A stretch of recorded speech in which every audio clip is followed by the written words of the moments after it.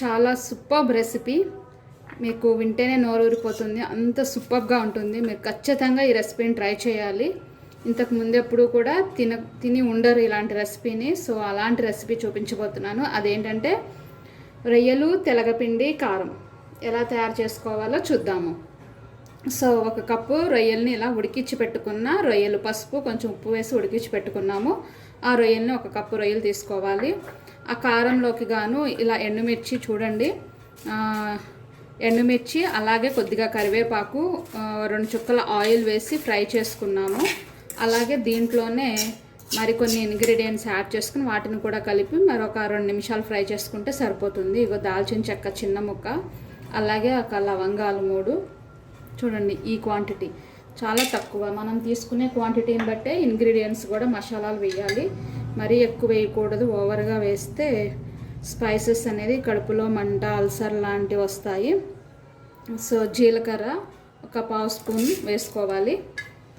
ఈ ధనియాలను వేసుకోవాలి. వీటిని వేసుకున్న తర్వాత ఈ మొత్తం కలిపేసేసి ఇలా ఇంకొక 1 మినిట్ పాటు ఫ్రై చేసుకోండి. ఫ్రై చేసుకుని దీన్ని మిక్సీలో పౌడర్ చేసుకుని కారంలాగా చేసుకోవాలి. అలాగే తెలగపిండి కారం అన్నాను కదా, ఇది ఇలా పౌడర్ రూపంలో దొరికిద్ది, లేదంటే చెక్కలాగైనా దొరికిద్ది. ఈ తెలగపిండి ఏంటిదంటే నువ్వుల్ని నుంచి ఆయిల్ తీసేసిన తర్వాత వచ్చిన చెక్కని ఇలా పౌడర్ చేసి ఎండబెట్టినట్టయితే ఇలా పౌడర్ లాగా దొరికిద్ది అనమాట. ఇది చాలా బలమైన ఆహార పదార్థము. దీని గురించి మనం వీడియో చేస్తూ తెలుసుకుందాము. ఈ ఫ్రై చేసుకున్న ఎండుమిర్చి అలాగే దాల్చిన చెక్క అవన్నీ ఫ్రై చేసి పెట్టినాం కదా, దాంట్లో వెల్లుల్లి రెమ్మలను కూడా యాడ్ చేసుకోవాలి. అలాగే కొంచెం ఉప్పుని ఆల్రెడీ మనం రొయ్యల్లో వేసేసుకున్నాం కాబట్టి కొద్దిగా ఉప్పు ఉడకబెట్టేటప్పుడు చూసి వేసుకోండి. వీటినన్నిటిని కూడా మిక్సీ చేసుకుని పౌడర్ లాగా చేసుకోవాలన్నమాట. పొయ్యి మీద ఒక కళాయి పెట్టుకుని దాంట్లో మనము నువ్వుల నూనె యాడ్ చేసుకున్నాము. మంచి సువాసన వస్తుంది నువ్వుల నూనె అనేది. ఈ గరిటెతో 1 గరిటెన్నర ఆయిల్ యాడ్ చేసుకోండి. మనం వండే రెసిపీని బట్టి ఆయిల్ వేసుకోవాలి.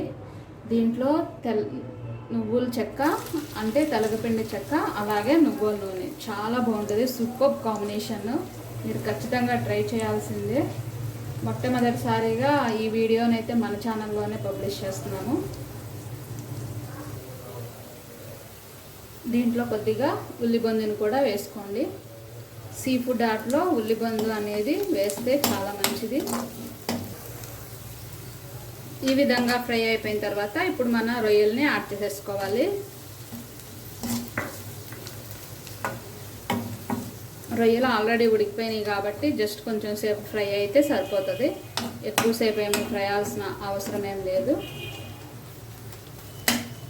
చక్కగా ఈ ఆయిల్లో ఫ్రై చేసేసుకోండి. ఇప్పుడు ఈ రొయ్యలు ఫ్రై అయిపోయిన తర్వాత దీంట్లో అల్లం వెల్లుల్లి పేస్ట్ వేసుకోవాలి. చూడండి, స్మాల్ స్పూన్తో, చిన్న స్పూన్తో 1 స్పూన్ వేసాను. వేసిన తర్వాత ఇది కూడా ఫ్రై అయ్యే వరకు ఉంచుకోవాలి.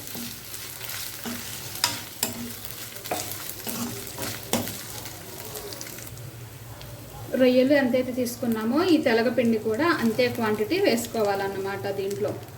సో ఈ తెలగపిండి అనేది చంటి పిల్లలు పుట్టినప్పుడు బాలింతలకు కూడా బాగా పెడతా ఉంటారు. ఎందుకంటే బలమైన ఫుడ్, పాలు బాగా పడతాయని.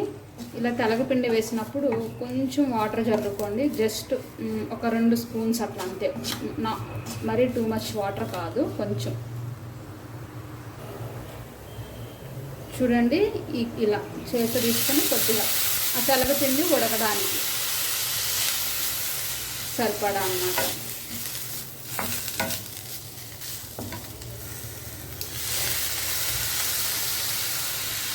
సో ఈ నీళ్ళతో ఆ తెలగపిండి అనేది మగ్గి చక్కగా ఉడికిద్ది. అలాగే నెక్స్ట్ మనం చేసి పెట్టుకున్న కారం కూడా మిక్సీలో పౌడర్ చేసేసుకున్నాం కదా, ఆ కారం మొత్తం వేసేసుకోండి. దెన్ కళాయిలో ఇనుప దాంట్లో వండుతున్నాం కాబట్టి కూర అయిపోయిన వెంటనే సపరేట్ చేసేసుకోండి వేరే బౌల్లో. ఎందుకంటే ఐరన్ కళాయిల్లో ఉంచుకోవడం ఎక్కువసేపు అనేది, మరి ఎక్కువ ఐరన్ కూడా ఒంటికి మంచిది కాదు. కావాల్సినంత ఉండాలి.